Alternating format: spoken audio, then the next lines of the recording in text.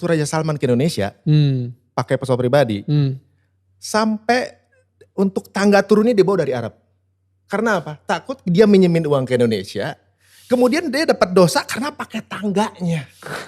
Wow. Mobilnya dia harus beli sendiri, bawa sendiri. Karena gak mau speser pun memberatkan yang dipinjemin.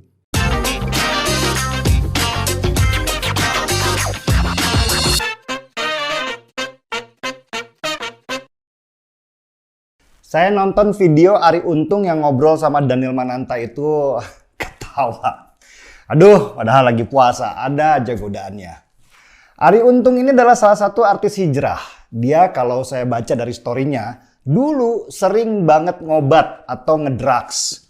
Terus ada yang kenalin dia sama agama, semakin lama dia semakin ingin tahu tentang agama dan akhirnya berhasil keluar dari drugs. Dan sekarang menjadi orang baik-baik.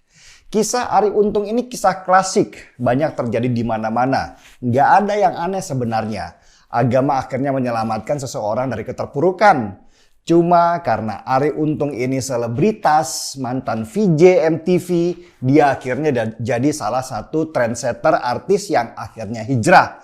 Dari seorang yang dulu buruk menjadi orang yang baik karena agama. Hanya dari beberapa pola Arie Untung yang viral di media sosial, saya akhirnya paham bagaimana kualitas artis hijrah itu. Ternyata pemahaman mereka tentang agama itu sangat dangkal, tapi mereka dengan gagah berani menyuarakan tentang pikiran mereka yang mereka balut dengan agama ke publik. Sebagai contoh tangga Raja Salman tadi. Arie Untung dengan pedenya bilang kalau alasan Raja Salman bawa tangga pribadinya dari Arab Saudi karena takut nanti pemerintah Indonesia yang mau dipinjamin duit sama Arab merasa berat karena harus sediakan tangga untuk Raja Salman. Daniel Mananta meski wajahnya di kamera kelihatan terkagum-kagum, dalam pikirannya pasti heran. Kok bisa begitu ya?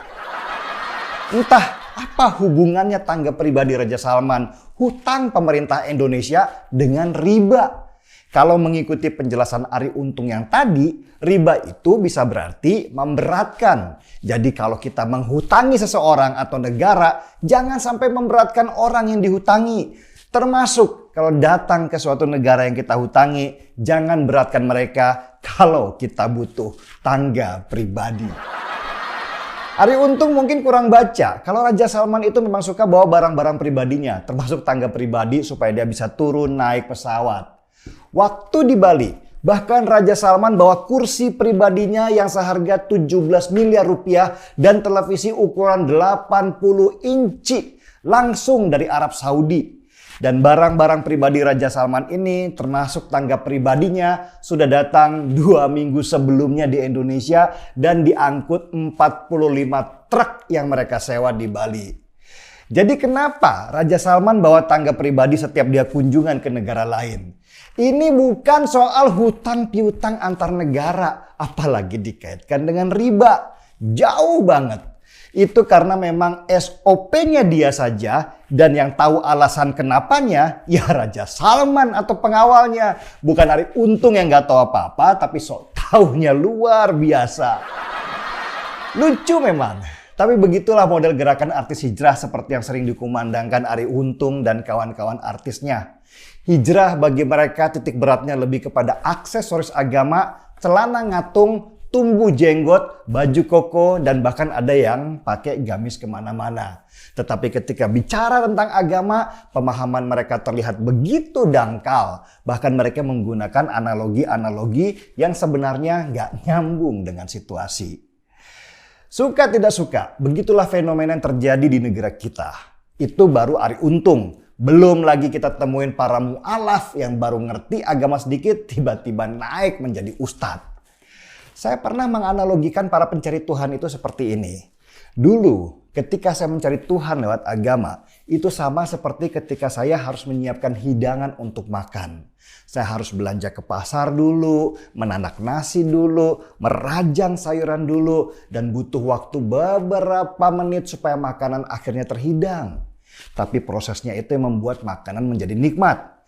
Begitu juga ketika kita mencari Tuhan lewat agama.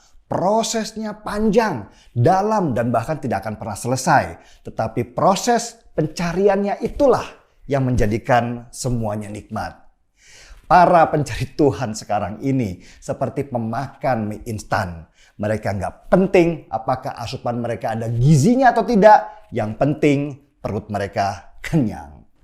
Pesanku untuk Arie Untung, banyak belajar dulu bro dalam menganalogikan sesuatu sebelum banyak bicara di depan orang. Apalagi yang beda agama. Daniel Mananta sebenarnya pengen belajar dari lu, tetapi akhirnya mundur karena ternyata lu lebih aneh dari yang dia kira.